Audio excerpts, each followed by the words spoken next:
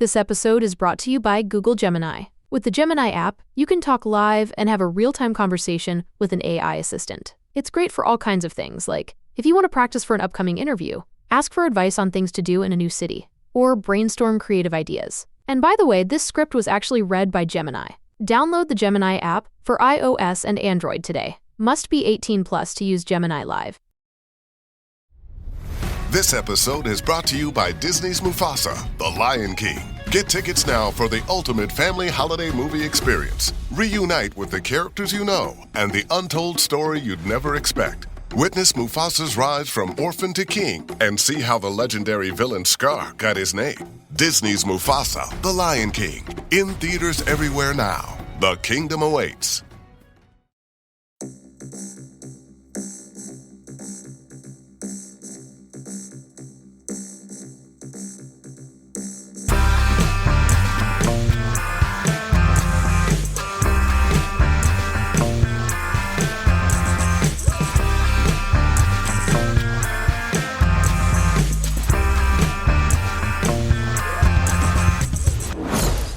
Hello, welcome to Unequal Sequel. Extra.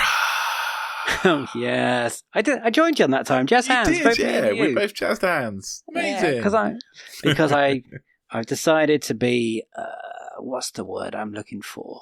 Happy? Positive? Happy, yeah. I don't know if I'm happy. A troll? Well, I dreamt yesterday that we went and watched a movie, and then I woke up and I realised that actually happened. Yeah. And I was like, oh, that's not just a weird cheese pasta dream I ate before bed. No, we did actually go and watch a movie yesterday, mate. Yeah, that did happen. Yeah. And then for the rest of the day, I was like, oh, are movies good anymore? I've been basically yawning all day because I made the mistake. Me and Dave were going to this movie, and I said, I'm really tired. I'm going to get a coffee so I don't fall asleep in this movie. I didn't fall asleep in the movie. I also didn't fall asleep till 1 a.m. and then I had to be up at 6 for work. So I did want to be like, are you sure, mate? But, I'm not your dad. I know. In the end of the day, you make your own decisions. You're an adult. It was a bad choice. But it kept you up. I didn't fall asleep in the movie. Which is surprising. Because it was boring. Hello, everyone. Welcome to Unequal Sequel. We are the podcast that talk about sequels. We are. Most of the time. Yes. It is Happy Christmas, everyone. Yes. Happy Christmas, everyone. For your Christmas enjoyment, we thought we're going to try and see a festive film. None were out. So we've gone to see a franchise film. I think I can call it a franchise film now. A universe building film? Well, I think the universe is built now, right? And it's dead, dying. It's been built, decided it was terrible, and abandoned. Yes. Me and Rich went and saw Kraven the Hunter, which is the latest offering in that weird Marvel / Sony / Spider-Man / universe or something. It's something like that. And they're trying to make all the bad guys good guys. And do some sort of Sinister Six thing, but it ain't happening. It's done now, right? It's finished. Yeah.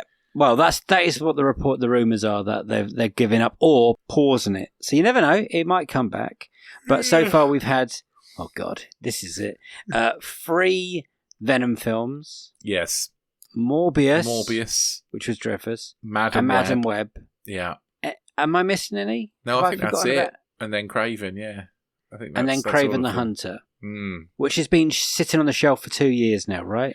Yes. They keep delaying it. They've delayed it for 2 years. And I think of those 3 Venom movies, Morbius, Madame Web, Kraven the Hunter, I think we have 1.5 decent movies in there. Which ones? Are we talking about the Venom? Venom 1.5? Basically Venom 1 and then Venom 2, half of Venom 2. I was thinking about more, at least maybe in some parts of Morbius, I was like, at least having this is so bad it's fun kind of thing. No. In a way. Morbius is the worst for me, I think. Okay. That's still, at least we've got a leveler to work on now for the rest of this episode. Yeah. Rich, I don't know where I want to go with you first. Do we do synopsis or do you want to say, let the people how much you love Kraven the Hunter? Yeah, let's go. Let's talk about it now. You said it. So Kraven is my favourite Spider-Man bad guy. Spider-Man was like my favourite superhero growing up. I had Spider-Man comics and stickers and all sorts of like Spider-Man stuff. Really love Spider-Man. Kraven was my favourite bad guy, basically because he doesn't have superpowers. He's just a big fucking Russian who... He sort of has a bit of a moral code, so he is a bit of an anti-hero, but his moral code is skewed. Like, he's a hunter, he doesn't want to kill things, but his code is that he has to kill them, like, with his own bare hands and use guns and stuff like that. You know, that's his kind of, you know, that's his thing. But he doesn't really have superpowers. He's like Batman, he's well-hard. Yeah. But he's not a superhero. And Spider-Man's meant to be his ultimate trophy. Yeah, much, right? Spider-Man's basically his ultimate trophy. So the reason he's a Spider-Man villain is because he wants to hunt and kill Spider-Man, because that he then thinks he will then be the ultimate hunter. And there are some bits in this movie. I thought about it afterwards because good, because we recorded straight afterwards. Yeah. Ooh, mama. There were some bits in this movie where I was like, "Are they kind of get that almost right-ish?" Are you being kind? Yes. I mean, like the backstory, like, yeah. Okay. They get some of the backstory almost there, almost-ish. Almost-ish. I know very little about Kraven the Hunter, but I know I've played the Spider-Man 2 game on the PS5, and he's pretty much the bad guy in that game, and it's brilliant, and he's a horrible man. And I kind of remember him from the animated movie that also he liked to hunt Spider-Man. I've never seen him as he is in this movie that I've just watched. No. At all. No, I didn't massively recognise the character. He's also very Russian in the games and the comics, right? Super Russian. Okay. Yeah. What a wonderful place to go for this synopsis then. Oh, mate. So much so I'm just smacking my... He's angry. Smacking my microphone in anger. Okay, synopsis. So obviously this movie is Kraven the Hunter's origin story, apparently. Fuck's sake. Okay, so actually, I will give this movie credit. This first bit is kind of good. So we start the movie with Kraven breaking into a maximum security Russian gulag and tracking down a guy and killing him because he's a baddie. And I kind of liked it. I kind of liked I was like, okay, this is kind of fun. The studio released those first 8 minutes because they kind of like that bit and thought, we can con some people to go and see this movie. Absolutely the best bit of the movie, and it's massively downhill from there. So then we go back 16 years after that happens. We jump back 16 years and we join young Kraven, who is called Sergey. Yeah. Yep. His half-brother, Dmitri, and his dad, who's a big horrible bastard, and Nikolai or something. Nikolai, I think it's Nikolai. Something like that. And they're supposedly Russian, but the brothers have been living in America, so they have American accents. But they're off on a hunt to Africa. You find out their mum's dead and she's killed herself. They're off on a hunt to Africa, where... Sorry. It's so funny you just said it like that because that's how it's dealt with back in the movie. That's how they do it in the movie. Right. Yeah. She asked us. Yeah. Where the dad wants to track down some notorious lion to kill because then he can become a legend. The boys stumble into the lion, and Sergey kind of defends his brother from the lion by standing in front of him, but doesn't shoot the lion, puts his gun down because he sort of feels like he doesn't want to shoot the lion. But the lion attacks him, bites the crap out of him, and a young girl named Calypso finds him. Calypso. They say her name 400 fucking times. If you meet the character, you have to say her name during every sentence with this woman. It's mad. Sorry. After some really weird interaction with her grandmother, who gives her a vial of stuff, and reads her fortune with the tarot cards. She then finds it. She finds Sergey, gives him the magical vial of stuff. At which point, some lion blood drips into his blood. None of this happens in the fucking comics, by the way. Okay. And then the magic potion gives him the powers of a lion. It's like a 90s computer. It's like a 90s video game right? It's like, oh, he's got eagle eye vision. It's bad. It's real bad. So yeah, that gives him them powers. He then decides to leave because he doesn't like his dad. His dad's a dick. And he goes off to live in the far east of Russia, also leaving his brother behind. Bit mean. Outside London. Yeah, outside London. It's like, that's everywhere. Yeah. Yeah, so yeah, leaves his brother with his dad, goes off, lives in the wilderness. And then we skip forward 16 years to him basically tracking down and killing bad guys is his thing now. I think that's all I'm going to say about that. I think that's where we can get... I think at the start, there's an introductory of another villain. Oh, yeah. I forgot. Yeah, you kind of... Yeah, you teased, like, Alessandro Nivola's character, whose name I can't remember, but he's the Rhino, basically. Sorry if I'm spoiling that for you, but who gives a fuck, honestly? Right, yeah, okay.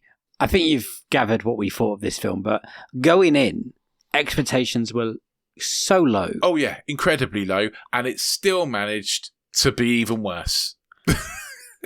It's unbelievable how, like, this film still, all these Sony Marvel films feel like they should be made in 1999 or between 1999 and 2002.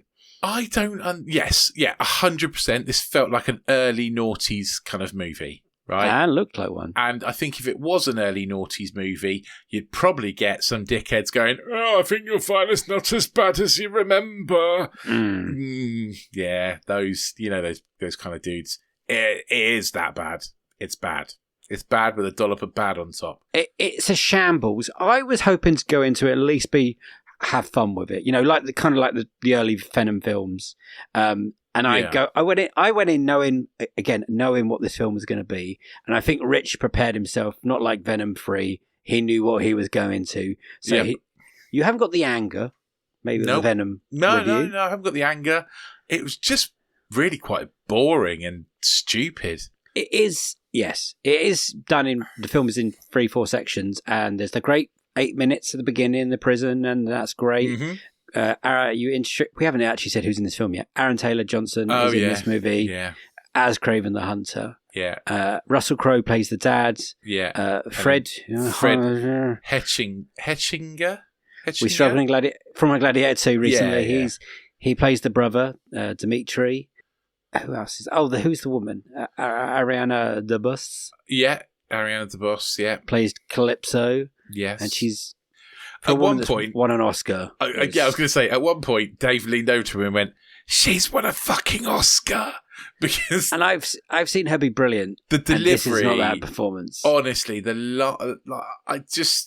I thought this is it J.C. Chanda, the director? Yes. Like, he's supposed to be a reasonably good director, right? Like, he's made some good films. All Is Lost is a fantastic film. A Most Violent Year is not a bad film. He's a competent director. So what the fuck? What went wrong with this? That's not what I saw on screen. People deliver lines like this. It's so annoying. It's from the start. It's from the start as well. It's honestly, I felt like we were watching an AI. The old woman talk about the death row card things. It sounds like an early computer games from 1996. I did say to you, is she dubbed? Because it was really bad. She's really trying to pronounce everything really clearly, it seems, and it's odd. There's one bit when they're meant to be in Africa, and Rich leant over to me and mentioned that the wall plugs are all from UK wall sockets. Yeah, that happens. And some of the big climax action shots, and I read somewhere they really tried to film on location. If they did film in location, it looked like Woburn Safari Park, is what you're trying to say. Yeah, it made it look like it was the Black Forest behind Pinewood Studios. It looked like fucking they were taking a walk through Bedfordshire, countryside for most of it, and the scale of it and the length of it is over 2 hours long, and it's almost insulting at that point because they got the first great 8 minutes. I have nothing wrong with those 8 minutes. Some quite slightly enjoyed ropey that. CGI, I'd say, but that's. And then we go back to the 16 years bit, which goes on for far too long. Oh, so long. So long. Honestly, it's like the kid version of Kraven is in this longer than Aaron Taylor-Johnson is. Yeah. Oh, I've forgotten my worst bit, right? I've tried to forget most of this, so let's hear it. So, Aaron Taylor-Johnson, when he wakes up as a child, he has this tarot card, right? And that's all he's got to track down Calypso, the girl that saved him, okay? Yeah. He's got this vague memory of her name, Calypso. And then this tarot card. And because he's like the world's best tracker, he eventually tracks her down using the tarot card and her name. And she's like, oh, you managed to find me using just this tarot card? And he's like, there's nobody I can't track. His accent's like that as well. Yeah. There's nobody he can't track, right? Get that? There's nobody he can't track. And then the next thing he does is, I need your help to find someone. Yeah. Because she's good at what she does as well. But there's nobody he can't track. And yet he somehow needs her help to track someone. Does he? Does he, though? It's not good. It's not good. Yeah, the accents are all over the place. Well, basically, he just drops the accent. There's no point he goes into Russian, I would say. There's no Russian at all. Apart from Russell Crowe. Apart from Russell Crowe, who actually is kind of the best thing in it. I think he kind of knows what movie he's in. I think he's almost having fun in this movie. He's the best thing in this movie, honestly. That is wild because we all know Russell Crowe is not a fan of an accent. Well, he's a fan of an accent, and he thinks they're brilliant. Yes, yeah. You don't mention that to his face, so if it's he's like listening, when you try and do I think you're great, accent. Russell.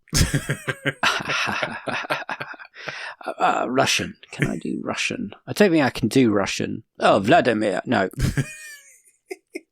No. I think the problem is that this whole movie is just incredibly fucking boring. I think it's the ultimate sin. It's so dull. It's so it's so po-faced and serious. There's nothing fun about it. Boring. It's pointless. And there's just nothing to it. It's just a nothing movie. Which is it's worse than what we can imagine. And the script is diabolical. Like, films like this almost it does make me angry now that these are getting made and some other films aren't getting made or cancelled. And then they're expecting people to spend money on this shit. It's, I feel like they should give our money back on this rubbish. They should have just cancelled it. True. If not. True. They should have just not bothered. I think it might be the worst one. Yeah. I think Morbius is worse. I don't know. Morbius, I think Morbius annoys me more than this. Morbius is better than Madame Web, I think. Oh, no. I think Madame Web's better than this. No, because Dakota Johnson's got no effort in Madame Web, and the storyline is atrocious. Nobody putting any effort to this. Come on. I mean, I feel a bit harsh saying that, actually. Sorry. Obviously, actually, thinking about it, Aaron Taylor-Johnson is fine. He is ripped. Alessandro Nivola is fine. He's in a completely different movie to everyone else, but he's fine. It's a great cast. Like, Russell Crowe is all right. I think Fred Herchinger is all right. I think Ariana DeBose, she's all right. No, I'm sorry. Well, no, she's all right.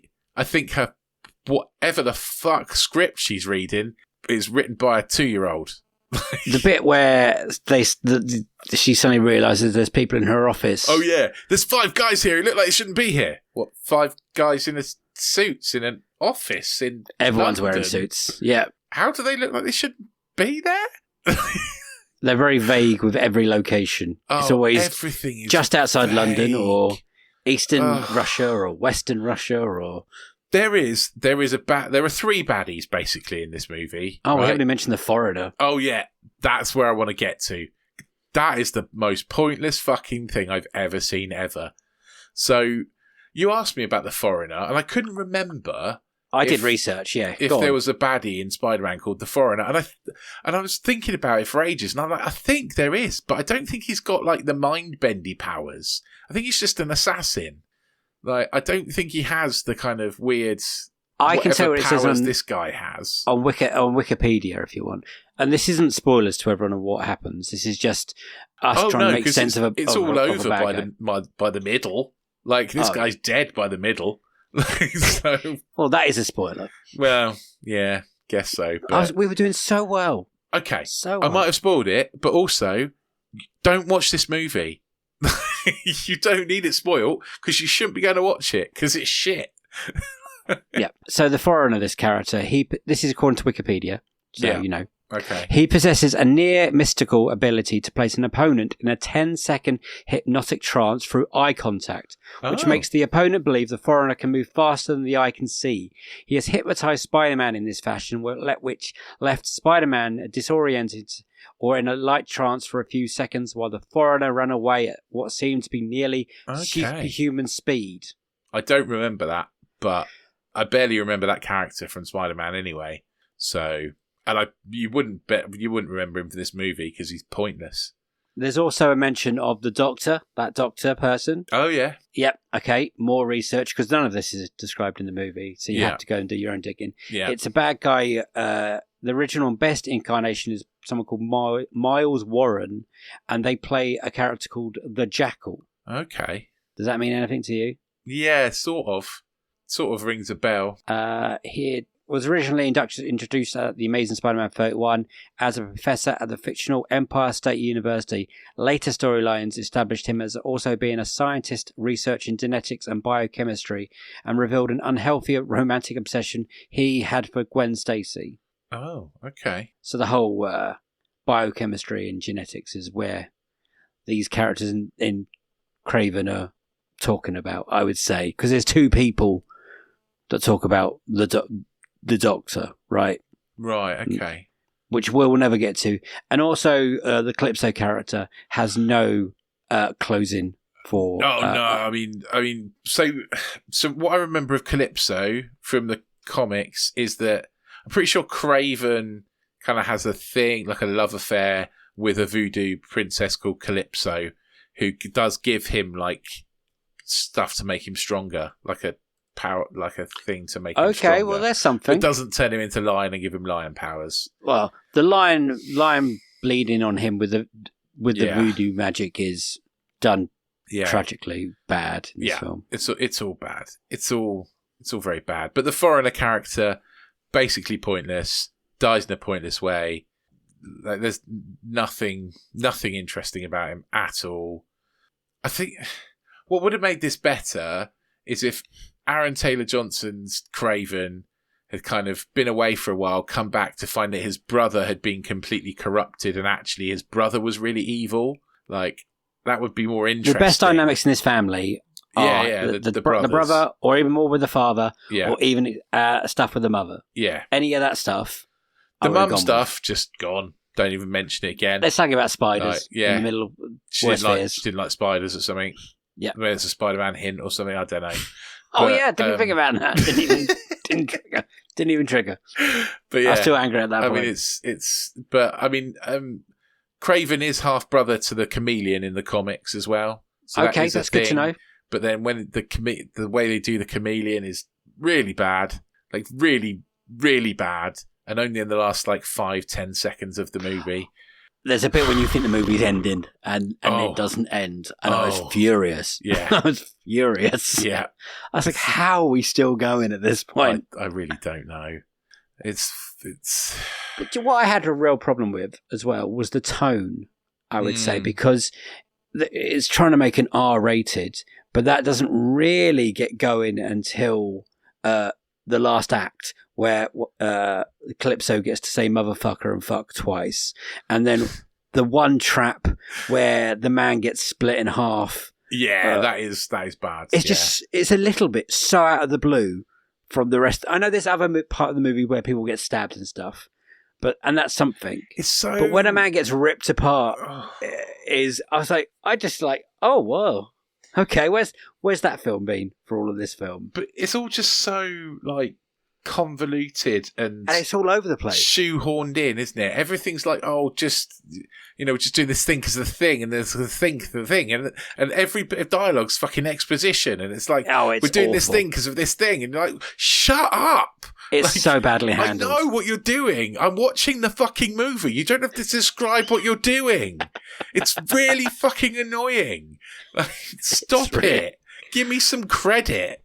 Honestly, it makes you think films are just the worst thing. It's like sitting there going, I am typing on my keyboard now. What should I type on my keyboard?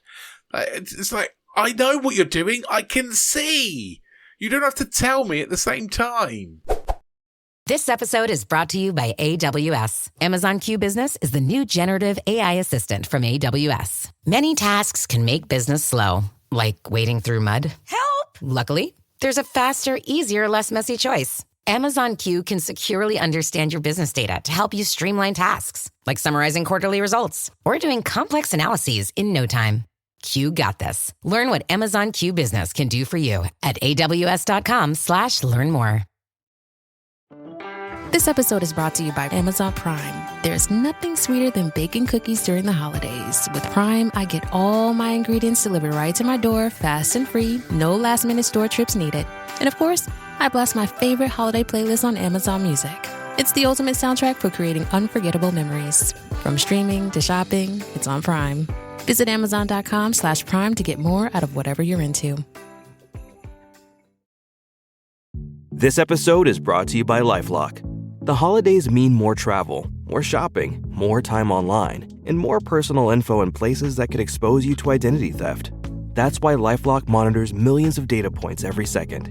If your identity is stolen, their US-based restoration specialist will fix it, guaranteed or your money back. Get more holiday fun and less holiday worry with LifeLock. Save up to 40% your first year. Visit LifeLock.com/podcast. Terms apply. At the beginning of this conversation, before we recorded, Rich was like, I don't know how we're going to drag half an hour out of this. I know, man. And here we are. Yeah. And we haven't even got to Rotten Tomatoes We yet. knew this was going to be bad as well, because when we had a chat with Matt from Sequelizers, didn't we? And he was like, yes. Yeah, he's like, I don't believe that anyone goes out to make a bad film. But yeah. He's dead right. Yeah. Yeah. I just thought I had lower standards than Matt, and I thought, well, he's got better. He thinks the world's a better place than I do, and I'm gonna, at least find something I enjoy. These stupid dumb movies. It's just made it shit on purpose. That's the thing. Like, you know what Matt was saying. Like, nobody goes out to make a bad movie, but it kind of feels like they did. Yeah, it's kind of like they made it deliberately crap. Yeah, to keep the rights. Sony have to make certain films, or they have to give rights back to Marvel with Spider-Man bad guys or something like that. I don't know, man. I just don't know. They just got to make them better, and I don't. It can't be hard. I went in, like I say, I went in so low on the expectations, but those first few minutes kind of gave me a little hope. Oh man, I was like, I'm getting there. That was kind of fun. Maybe this will be okay. Maybe this will be okay. Oh no, because everyone talks like this, like they've never acted in a movie or seen a movie before. Oh my god, the editing. We haven't even talked about the editing. But mate, keep going. Holy shit, the editing is bad. It's like it genuinely looks like it's edited by someone who's never seen a movie. It's clunky. It's really clunky. Oh my days. It chops about all over the place. Crikey. Rotten Tomatoes. Do you want to do that quickly? Or we're going to be here all day otherwise. Come on then, let's do it. 120 reviews currently. Okay. Out of 100% on the tomato meter. I'm going with, there is no way this is a 3 out of 5 movie. But having said that, there will be idiots out there who get something from it, I guess. I'm going with 24%. And I think that's generous. I think you are generous. It's 14%. Good, because to be fair, it doesn't deserve that. There's someone from the Times UK put, don't believe the bad buzz. This comic book adaptation is a goofy delight. No, it's not. What the fuck? But everyone else is like, this is boring. boring dialogue. The movie is bloody and aggressive, and the action sequences make up for a lot of the bad script, but not enough for me to forgive the movie for what it did to my boy. I can see you getting angry about that. Mm-hmm. It's not an outright disaster. It doesn't exactly make you hope Sony will fast track a Beetle, Molten Man, or Gibbon movie, wherever they are. And this is the thing as well: is that clearly they have the capacity to make a decent looking movie. Like, it doesn't look terrible. Like the editing is shoddy, but actually, like, the shot choices are sort of reasonable. The CGI is passable in places and then shocking in others. Like, but it's just like they went, I can't really be bothered.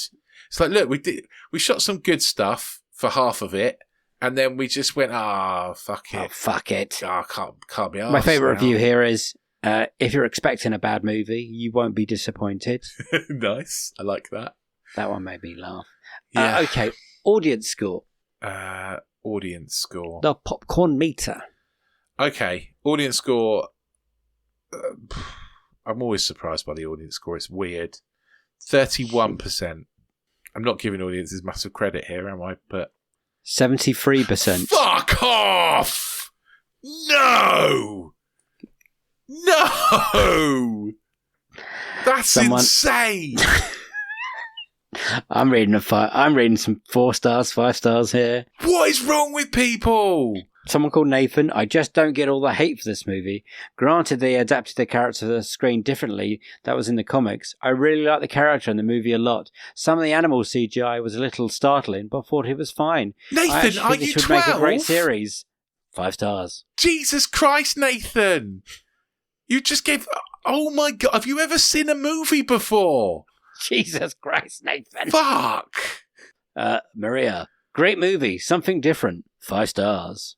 Wild. Are you drunk? Michael, fun! Exclamation mark. Lots of posing and silly eyebrow stuff, but I had a good time. I feel like these are reviews for a different movie. Fine as far... Oh, this is a 3-star one. Fine as far as action movies go, but somewhat generic feeling to it. Somewhat generic? Oh, I mean, days. I would say, yeah, a lot more of these are outscoring the lower ones. Insane. 77%. 73%. Come on, let's not be silly now. Either way, I'm shocked. I'm literally speechless. I'm not, because I'm talking, obviously, but I was just...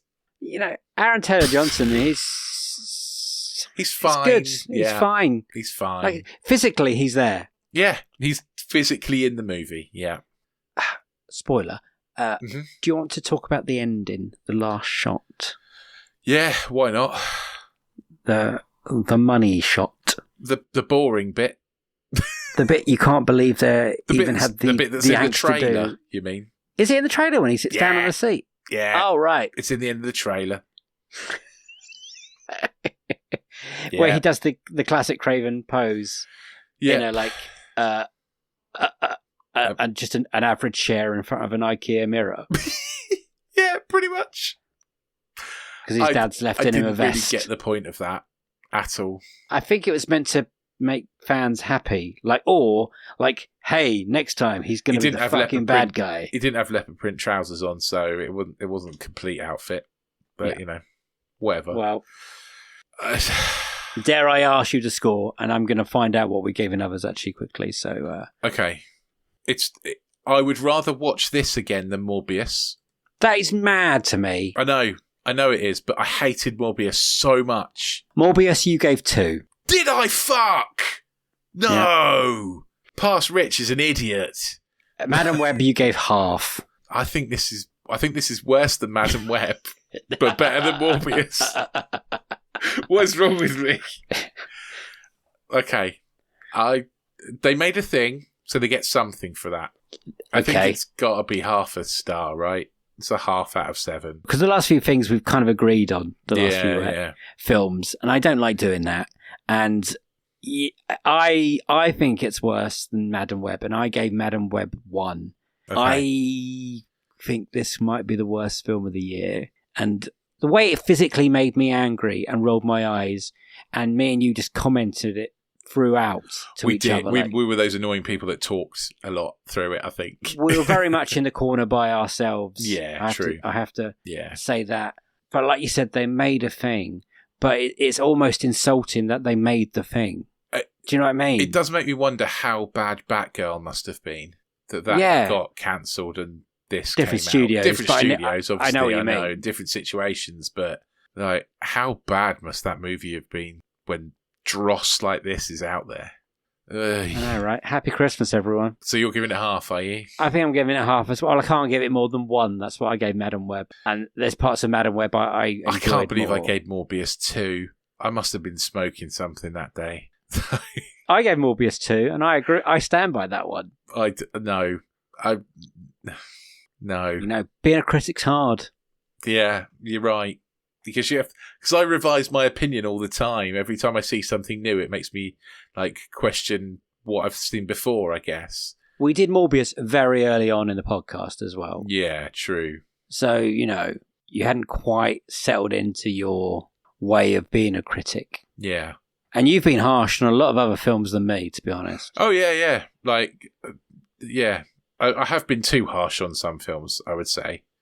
Like the Matrix Resuscitated or whatever it's called. I was having a bad day. I was having a bad day. My back was hurting. I wasn't happy. I shouldn't have given it 0 because it's not a 0 movie. It's a 1 out of 7. But this is not that. This is half a star. And I think, again, if I'm almost tempted to watch all these movies again, like all 3 Venoms, Morbius, Madame Web, and this, and then do a ranking of them. Maybe we'll do that in January when we're quiet. We'll do a spunk ranking. What am I saying? It won't be fun. It won't be fun. Fucking awful. It won't be fun. It'll be terrible. But I kind of want to go back to them and, decide once and for all, and then never think of them ever again. Yeah. Let's put a pin in it and make this descend. I'm quite. Oh no! But you're saying a but, and I'm going the other way there. But because we're saying unequal sequel or not? Because if we're saying this is some sort of sequel to Madame Web, which I don't think it is, but it is the next one in the thing. Like, I mean, is it not? Is it worse than Madame Web? Yes, I keep saying it. Is it worse than Venom: Last Dance? Yes. Is it? I don't know. Yes. Tom Hardy rides out that film. He drags people kicking and screaming through Venom films. He knows exactly what he's doing, and he knows exactly what kind of movie he's in. Like I say, we'll have to come back and do a ranking. I want to re-watch them all. And there's part of this film when you're actually seeing the people count the money they're making from it, I believe. Like just in the corner going... It's like a scene from Joe and Silent Bob when they're trying to do a scene... in the sequel to Good Will Hunting. Gus Van Sant's just like counting his money, Can you see? And also, this has done a really difficult thing, which is make me hate Kraven the Hunter. It's made a difficult thing, made me hate films. Oh, God. Please let Sonic 3 be good. Oh, my God. And even Mufasa. This is what it's come to at this point. Anything at this point.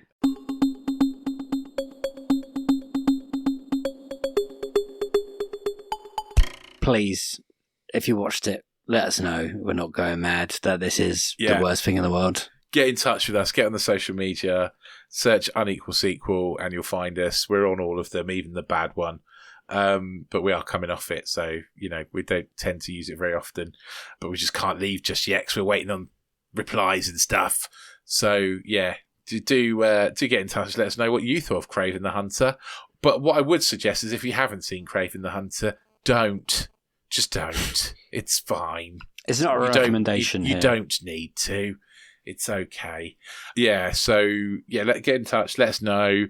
If you don't use social media, you can email us, unequalsequel@hotmail.com.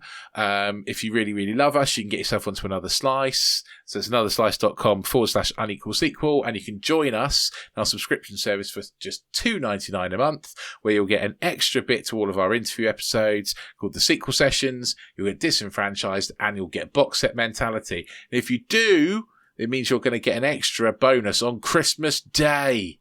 Yes. We will drop a pod on Another Slice on Christmas Day. We're doing the Disenfranchised episode. We are doing the Disenfranchised episode. Elf. Absolutely. Yeah.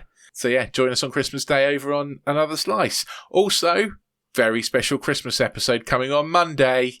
Oh, it's exciting. Very exciting. I can't wait for you all to hear it. The longest ever episode of Unequal Sequel. That's because it's the Unequal Sequelizers. It's the Unequal Sequelizers. There we go.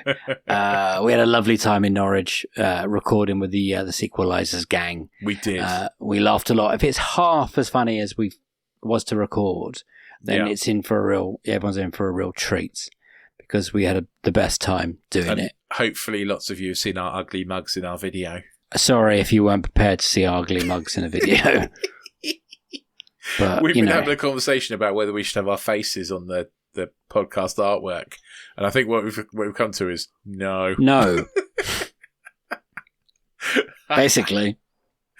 Yeah. What a chat that was. No. Unless we're famous. Yeah. Well. Or a cat. Don't really want to be famous. Don't No. know if I mind being a cat. It's quite fun. Oh, God, this is going on for too long. Anyway, you get in touch. Hit the subscribe button. Leave us a review. 5 stars, please, because we want to be Rotten Tomatoes critics so we can stop Kraven the fucking Hunter getting 71% or whatever it is. Nightmare fuel. But yeah, do leave us a review. We'd love it. Tell your friends and family about us. That would be amazing. Thank you. Wonderful. If you are one of those people that gave Kraven the Hunter 5 stars on Rotten Tomato, then take a fucking look at yourself. You're an embarrassment to you and your family. You are a disgrace. You know, I think it's time you make a change in your life and your lifestyle, if that's you. Maybe don't watch films. Don't watch. You don't deserve it. You don't deserve it. Oh, Dave, you've been harsh. Maybe those people are like 10 years old. Oh, yeah, Nathan. Yeah. I've got a feeling Nathan might be 12. Yeah, I'm sorry, Nathan. In which case, you shouldn't be watching this movie, Nathan. It's a 15. Yeah, Nathan. Arch nemesis. I've got nothing else to say apart from thank you everyone for listening. Send in your thoughts for all the sequels we've watched this month, because next week is the roundup, the end of December roundup, which we'll probably record the next few days, to be honest, because it's that time of year and we have to get it done. Oh, before we do, yeah. Do stuff. Okay, yeah, send in your thoughts. Yep. And we love you all. Special Christmas episode out on the 23rd of December, which also happens to be my birthday. His birthday. Then it's my birthday. And then we'll keep going. Got Christmas as well, and New Year and all them things. Yep, everyone have a great time. And thanks very much. It's a bye from me. Bye-bye. And a bye from him. Bye! See you on the next one. Sequel to this one. Have a great week. Bye-bye.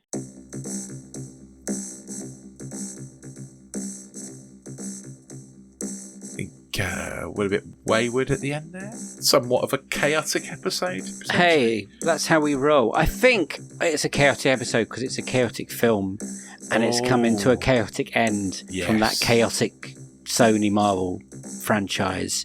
And God bless it. Let's salute it and hope it never returns. Indeed.